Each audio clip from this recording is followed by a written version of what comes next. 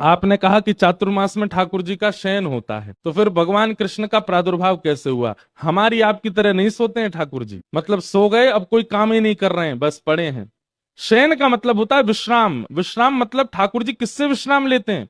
सृष्टि का पालन नारायण करते हैं, लेकिन चातुर्मास प्रारंभ होते ही नारायण उस पालन से, सृष्टि के पालन से विश्राम लेते हैं, छुट्टी ले लेते हैं। और उतने दिन महादेव सृष्टि का पालन करते हैं, अपने कार्य से छुट्टी पर रहते हैं। और इसीलिए छुट्टी पर थे, प्रेमियों के लिए कृष्ण बन के चले गए उन्हीं उसी काल में। समझ में आई बात? अगर कोई व्यक्ति रोज अपने काम पर जाता है और रविवार के दिन वो बढ़िया सूट बूट पहन करके, परफ्यूम लगा करके अपनी किसी प्रिय से मिलने चला गया, और वहां उसको ऑफिस का कोई व्यक्ति मिल जाए और वो कहे, ए भैया तुम तो छुट्टी पे थे, तुम तो लीव पर थे, यहाँ कैसे आ गए? बोले भाई छुट्टी पर काम से हैं, प्रेमियों के यहाँ तो जा सकते हैं ना।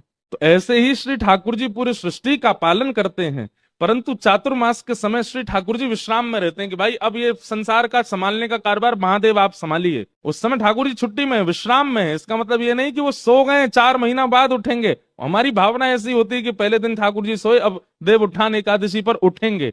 मूल रूप से भाव ऐसा है कि ठाकुर जी ने अब सृष्टि का कार्यभार महादेव को दिया, अब देव उत्थान एकादशी पर ठाकुर जी कार्य करने के लिए श्री कृष्ण रूप में पधारे और कृष्ण रूप में आकर के पूरी लीला की, इसलिए ठाकुर जी का प्रादुर्भाव हुआ।